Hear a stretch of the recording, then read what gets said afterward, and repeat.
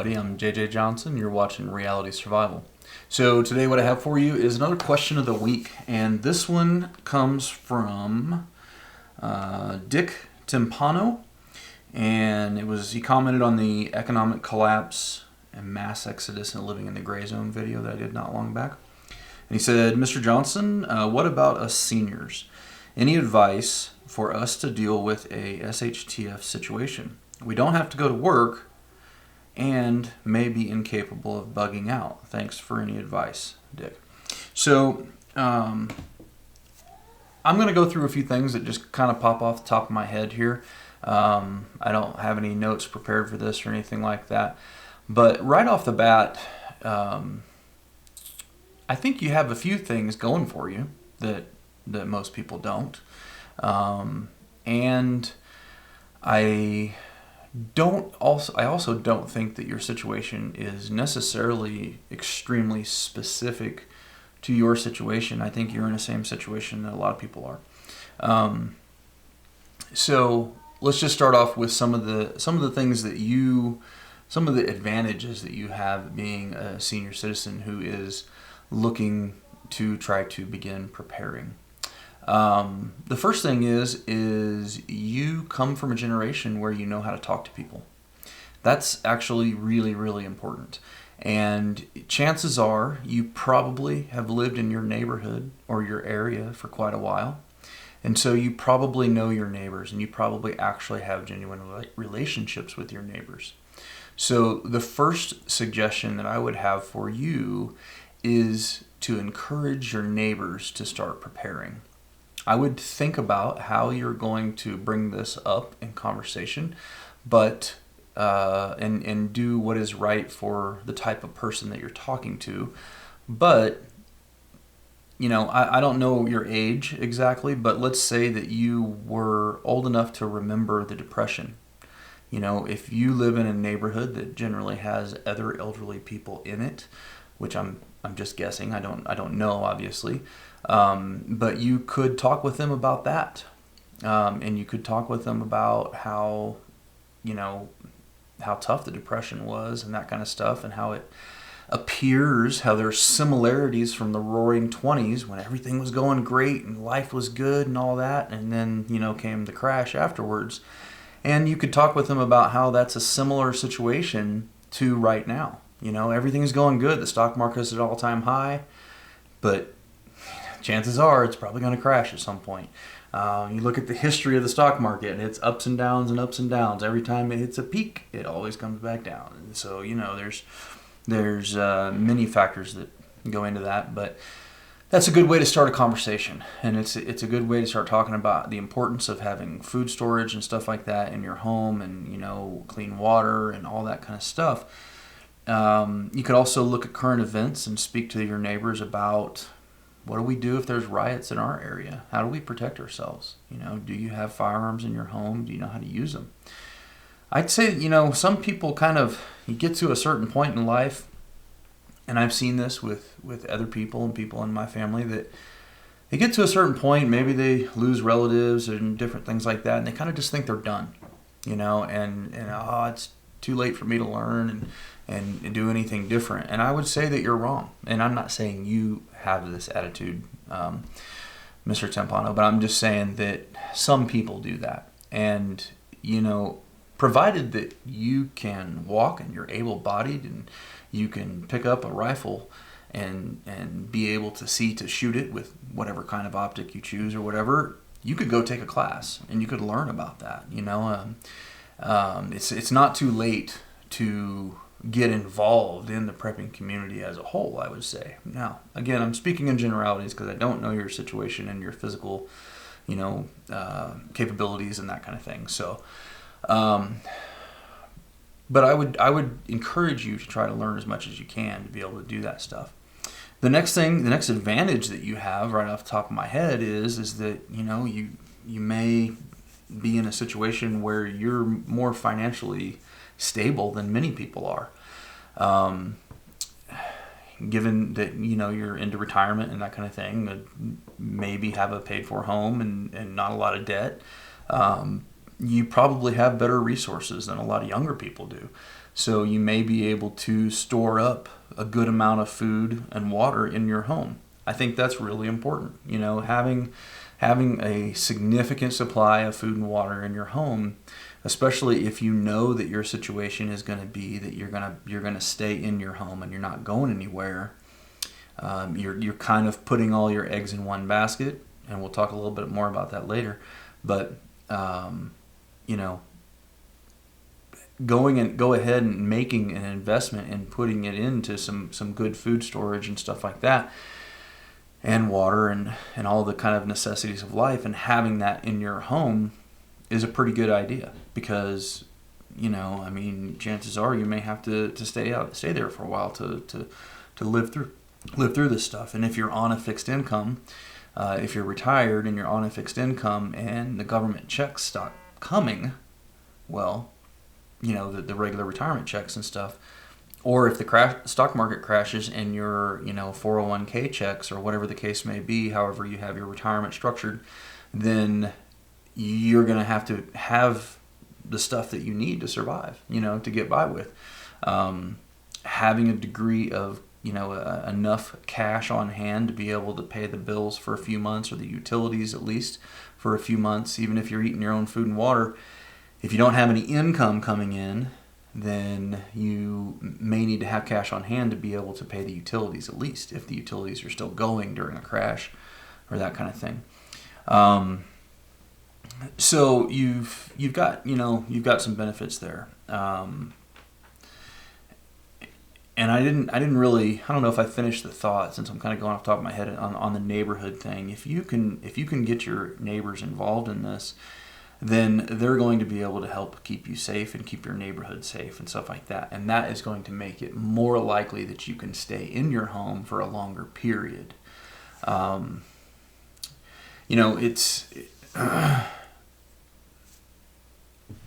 guess I don't see there as being a whole lot different.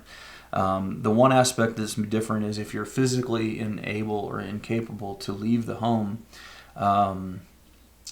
or you think that you're physically incapable of leaving the home, then if there is anything you can do to change that, then that might be a good idea. Getting out and doing long walks and all that kind of stuff, and start with a very light backpack, 5 or 10 pounds. Maybe you just go for a couple of blocks at the beginning, but then maybe you make it a little bit further, and then you go a little bit further and that kind of thing. And maybe you try to establish a plan with a family member or somebody who lives nearby, so that if you did have to leave your house, you could hopefully get to their house. I don't know enough about your situation specifically to be able to help you develop a plan, in detail, but I don't think it's going to be a lot different than other people, because even for the vast majority of people, leaving your home is an absolute last resort. If you're in a situation where you can't carry a backpack because of a bad back or something like that, maybe you can use an alternative means for pulling it, like a wagon or, wheelbarrow or something different like that, that may be able to use leverage and mechanics to make, the situation a little bit easier. But if it's feasible for a person to travel at all, then you should have some planning going into the idea that you may need to leave your home. I mean, even if it just catches on fire, if we're in a grid down situation, and there's no power or anything like that, the instances and the numbers of home fires is going to increase dramatically just because of the use of candles and stuff like that. So, there's a very good likelihood that something could happen in the home and you may have to leave. So you want to try to plan for that as much as you can, Again, this is kind of a difficult one to know how to answer without knowing your exact situation. But let's see. The other thing that you may consider is that you also may consider doing what you can to fortify your home. making, and this really kind of applies to everybody as well, making your home so that it is at least bullet resistant, whether that be, doing things, well, physically speaking, I guess this would be difficult. I talked about it in another video where you could take sandbags and put in certain areas on the inside. But you wouldn't really want to do that ahead of time, because that'd just be kind of strange having sandbags in your home. That's a little paranoid and over the top. But there's probably other things you could do, like you could look at having brick veneer put off across the front. That's going to help make your home a little bit more bullet resistant. And a little bit more sturdy, or they have the rock veneers that can be done maybe to like a 4 foot high or so kind of area. You can do reinforcements to your doors. You can make sure that you don't have any glass by your front doors, so that the glass can just be broken out and then somebody can reach through and unlock it. Have an actual solid doors, solid steel doors or solid hardwood doors. You can do the door devil, which is a reinforcement for the door jamb. That'll make it a lot stronger. You can put window film, like hurricane type film, on your windows that will help keep the windows from being able to, like rocks and stuff, to being able to be thrown through so easily. Could put bars up on the windows, those kinds of things, if it wouldn't look too out of place in your neighborhood. Some older neighborhoods that wouldn't be that big of a deal. It wouldn't blend in pretty well. So those are some potential options for you. But I think that networking is going to be a big one. Try to develop a network maybe through your church. Maybe if this is something that's on your mind, I don't know if you're a religious person or not, but many older folks are. But if this is something that's on your mind and you're concerned about it, maybe share that concern with people in your church and look at starting to prepare something as a church. Maybe the church could come up with a plan for evacuating folks during emergencies from their homes and bringing them all to the church, and you all stay together at the church. I don't know. Again, these are just thoughts that are just kind of streaming out of my head right now at the time as I'm thinking about it. Yeah, I mean, the other thing, all the eggs in one basket. So the other thing that you should think about is you may not want to put all your eggs in one basket. You could look at getting a storage area and putting some supplies and stuff like that. If you have like a mini storage or something like that close to your home, you could put a percentage of your food and water, ammunition, guns, whatever stuff that you need. Additional clothing and that kind of thing. That way, if your home did burn down, or if somebody burnt it down, or if you were run from it, or whatever the case may be, then you'd have a fallout. You'd have a fallback. The other opportunity, or the other thing that just kind of popped into my head just now, is what a lot of older folks do in their retirement age is get an RV. An RV is, especially a Class A that you can drive, is a great bug out vehicle. You wouldn't have to wait until everything got really bad to leave your home. You could just drive. You could have the RV loaded, and you could drive out to a safe place, somewhere out of the city, somewhere in a rural area with a low population density, and you could kind of hold up, there or whatever.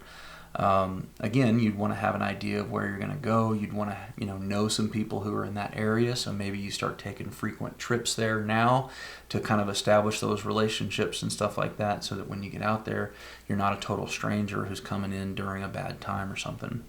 So I think that's probably, those are probably the things that come to mind about, things that might be good for senior citizens. During hard times or during SHTF. But again, I think a lot of this really applies to most anybody. I don't think that your age is something that should keep you from being able to be prepared or anything like that. I think that if you set your mind to it, hopefully, if you're physically capable of doing these things, then you could probably do, just as much as anybody else. So. Anyway, I hope that's hopeful. And for the rest of you guys who are watching, this was kind of answering a specific question for a specific person, but I think it applies to a lot of folks. If you like videos like this that talk about disaster preparedness, I also make wilderness survival videos and outdoor gear review videos. And here pretty soon, fingers crossed, I'm going to start breaking a little bit into the homestead type stuff as well. So go ahead and click the subscribe button. If you're already subscribed, thank you very much for that. I appreciate it. And if you want to click the little bell button down there, then that will give you an email notification every time that we upload a new video. As always, guys, I definitely appreciate it when you click the thumbs up button, when you share it with your friends on Facebook, Twitter, and Google+. And don't forget to live the 6 Ps. Proper prior preparation prevents poor performance. Stay safe, guys.